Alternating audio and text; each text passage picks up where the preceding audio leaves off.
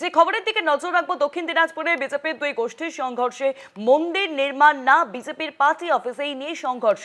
বেলবাড়ি গ্রাম পঞ্চায়েতের নিয়ে এই বিবাদ শুরু হয়। বচসা থেকে সংঘর্ষে দুই পক্ষ।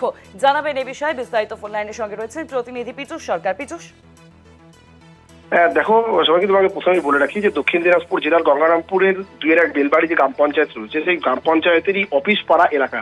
যে অফিস পাড়া এলাকায় বিগত দিনে যে জায়গা নিয়ে গোলমাল, সেই জায়গায় শনি মন্দির ছিল।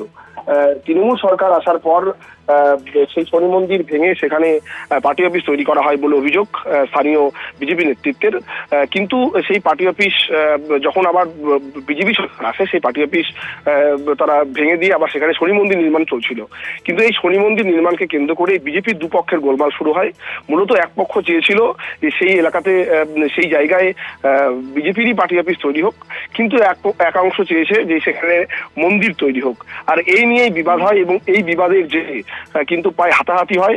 হাতাহাতিতে কিন্তু বিজেপি কর্মী কার্তিক সরকারকে কিন্তু মারধর করা হয় বলে অভিযোগ ওঠে বিজেপিরই। বিজেপিরই যিনি শহরের দায়িত্বে রয়েছেন, শহরের কনভেনর যিনি রয়েছেন, তারপরে এই অভিযোগ ওঠে এবং ঘটনার পর কিন্তু সেই এলাকা থেকে চলে যায়। বিজেপি নেতৃত্ব কিন্তু জানিয়েছেন এটা একদমই ঠিক নয় এবং এই ঘটনার পরিপ্রেক্ষিতে তারা কিন্তু থানায় অভিযোগ দায়ের করবেন বলেও তিনি জানিয়েছেন। অনেক ধন্যবাদ তোমাকে। ফোন লাইনের সঙ্গে ছিলেন প্রতিনিধি পীযূষ সরকার।